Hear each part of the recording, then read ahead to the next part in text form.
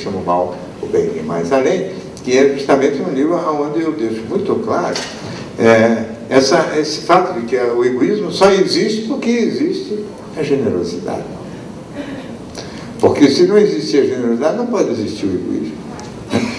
Para ter alguém que mama na teta, precisa ter a teta.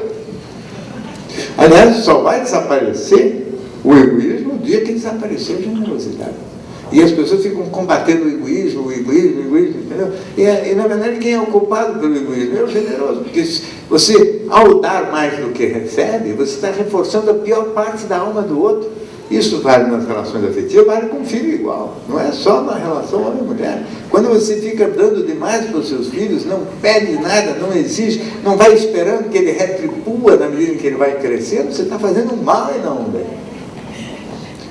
Não é? Você está criando uma pessoa que vai cada vez mais puxar as coisas para o lado seu. E isso é errado. E reforça. E então existe todo esse mecanismo que acabou se desembocando na reflexão moral, não porque eu queria estudar moral, mas porque a verdade é que nesse negócio da tampa e da panela é sempre um generoso e um egoísta, porque essa é a grande dualidade que acaba representando a grande maioria dos casamentos, e que o Erich Fromm chamava de relação sadomasoquista, ainda com esse som misturando o sexo com o amor, que é próprio da psicanálise, onde o sádico é o egoísta, o masoquista é o generoso, um que apanha e adora ser o bonzinho, e o outro que vai mamando na teta e se achando muito esperto, mas na realidade é uma pessoa fraca. O egoísta é um indivíduo que é fácil saber num casal quem é o mais egoísta, é aquele que reclama mais. É o que leva mais vantagem, é o que mais reclama. É o que ameaça permanentemente separação e é o que nunca separa.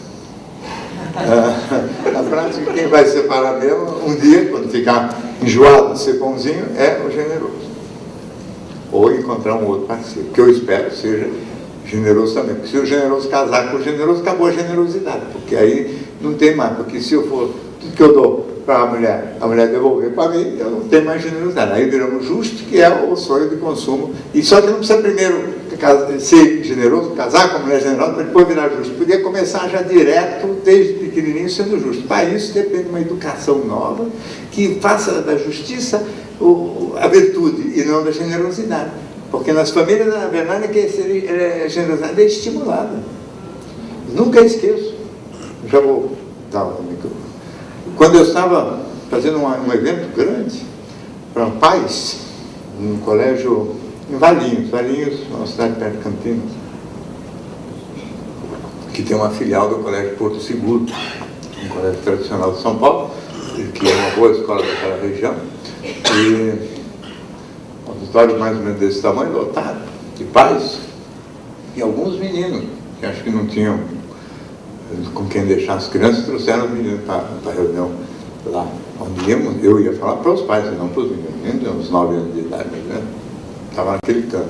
E eu falando dessas coisas, né, que às vezes as famílias estimulam a generosidade, por exemplo, quando tem um irmãozinho menor então eu tenho uma bola, o meu irmãozinho menor começa a me dar a bola, me dá a bola, eu não quero dar a bola, porque a bola é minha, aí ele fica chorando, faz aquele dramalhão todo, eu não resisto, acabo dando a bola contra a vontade, mas dando a bola. E aí eu estou me achando um trouxa até aí. Aí a minha mãe chega e fala assim para mim, isso sim, aqui é um menino legal, que emprestou a bola para o irmãozinho. E eu, que era um trouxa, acabei de virar um cara legal, superior, elevado, envaidecido, porque eu fiquei bonzinho. Né? O menino que estava ali levantou a mão. Nunca tinha visto isso, por isso eu marquei. Já voltei nessa escola e contei essa história tantas vezes em outros lugares que o diretor me falou que eu estava precisando pagar royalties para ele. Né? O menino levantou a mão e eu falei, claro, o menino pegou o microfone, aviando, né? Precisa ser muito macho, né? Falou assim, eu sou esse aí que dá a bola para o irmãozinho.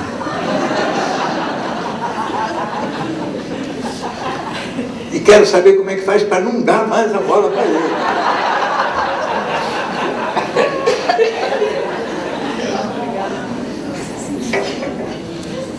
Aí me atrapalhei todo, porque é muito fácil a gente fazer discurso teórico, né? Mas na prática você teria que realmente insistir na ideia de que é direito legítimo do indivíduo sustentar aquilo que é seu, quer dizer, cuidar daquilo que é seu, e não tem que abrir mão indevidamente em favor do outro.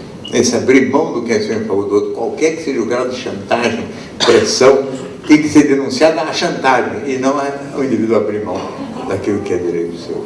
Se quiser formar gente justa. Gente justa não vai ter essa dualidade, é o único jeito de acabar com o mal, ou com o demônio, é acabar com a bondade.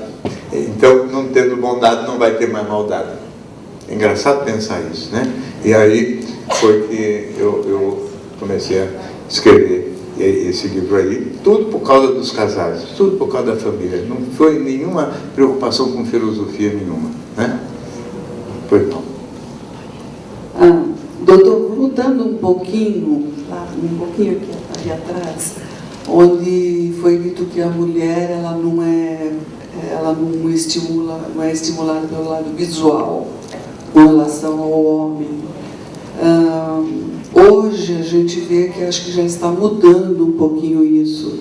As mulheres olham o homem, ela observa fisicamente o que é bonito, imagina o que é gostoso, e também tem o lado que o homem, o metrosexual, você percebe que ele se arruma também, acredito que para a mulher.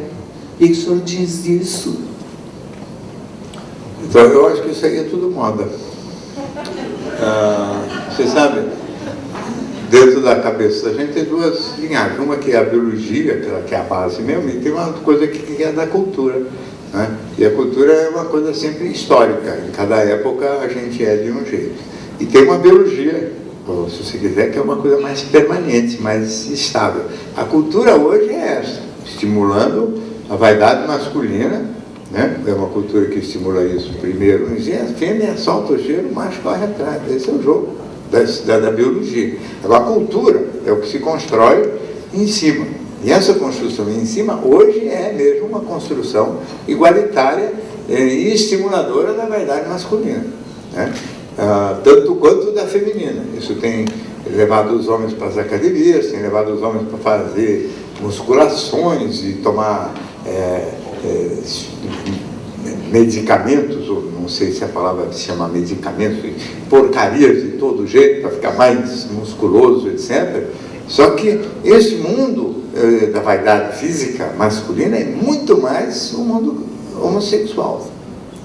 Esses musculosos aí, né? Hoje o homem é homossexual, porque o homossexual é assim, ele é homem e tem desejo visual por homem.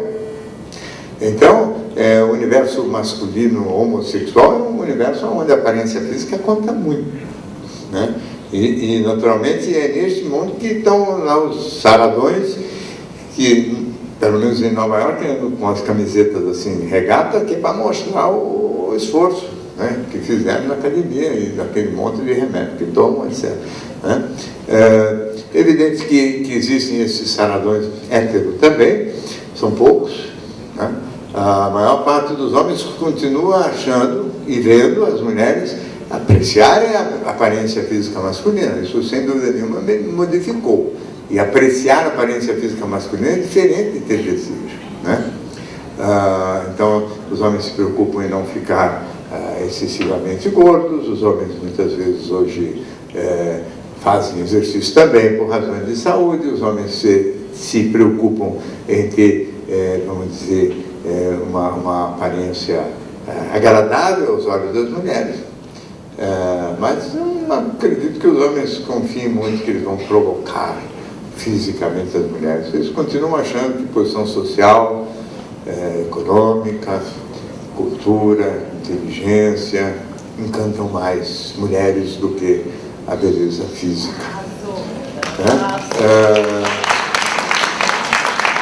E eles adorariam, e olha, eu adoraria que a beleza física prevalece, né?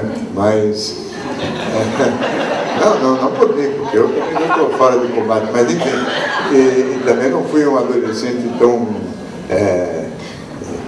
bonitão que pudesse me entristecer com o fato disso não provocar muito, mas o fato é que isso não é biologia, isso são momentos históricos, né? A história da humanidade não é essa. A história da humanidade, e também tem momentos históricos diferentes, também as mulheres valorizaram durante muito tempo, mais do que tudo, o dinheiro dos homens. E que também ainda tem muitas. Tem mais mulher hoje valorizando o dinheiro de homem do que o traseiro, francamente. Alguns homens muito simples dizem que a mulher, quando olha para o traseiro do homem, é para ver a carteira. Né? Eu não acho que seja isso, mas tem muito. Tem mais mulher olhando para o dinheiro do homem do que para a aparência física. Né? São coisas de moda, não acho que... E também não vai continuar nem esse negócio de olhar o dinheiro do homem, porque as mulheres em breve vão ganhar mais que os homens. Então, vai ter muito pouco homem para ser olhado, se for por dinheiro. Entendeu? Então, eu acho que o mundo é esse mesmo. Ele sofre mudanças na casca, na cultura, mas tem uma base na biologia. E em cada momento, essa biologia e essa cultura se encontram, se interagem. E isso é um trabalho muito bonito da gente entender. É por isso que não se pode ficar preso a uma doutrina que foi construída há 110 anos atrás, porque ela não combina mais com o mundo que nós estamos vivendo hoje. Ela tem que ser atualizada. E não é que eu estou falando isso em defesa só das coisas que eu estou escrevendo ou produzindo hoje. Eu tenho certeza que tudo isso que eu estou falando hoje, daqui a 50 anos, vai estar tendo que ser substituído por outras coisas, porque o mundo vai continuar andando, outras coisas vão acontecer, e algumas delas, inclusive, que eu não tenho a menor ideia dos desdobramentos. O que vai ser, por exemplo, do mundo quando as mulheres, no conjunto, estiverem ganhando mais do que os homens? Eu não sei. O que vai acontecer com a sexualidade num mundo menos preconceituoso, onde eventualmente a bissexualidade possa vir a reinar, porque ela não ofende a biologia. A biologia ela é meio elástica, ela pode ser, inclusive, sofrer influência das coisas da cultura. O Freud dizia que biologia é de estilo, por exemplo, né? Acho que a biologia, portanto, que essa base aqui de baixo definia limites, inclusive para essa parte histórica do homem, que o homem poderia construir. Isso não é verdade, porque, por exemplo, a pílula anticoncepcional mostrou que existe uma possibilidade de romper a biologia, de separar a biologia do destino.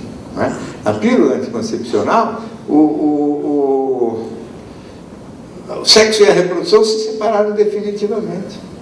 Isso aqui acabou. Então, o sexo deixou de ter a ver com a reprodução, virou puro prazer, virou farra, e não mais crescei-vos e multiplicai-vos. Aliás, não precisa mais crescer nem multiplicar, já está sobrando gente no mundo, então precisa parar de multiplicar.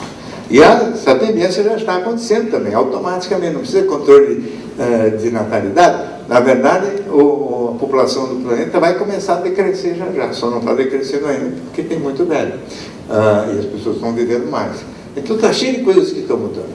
Não é? E coisas que eu também não tenho interesse nenhum em resolver, porque isso aqui deixa para quem vier para frente, que vai encontrar outras soluções. Não sei, por exemplo, se não vai, com esse negócio de reprodução, se nós não vamos ter crianças nascendo em incubadeira e não no útero das mulheres.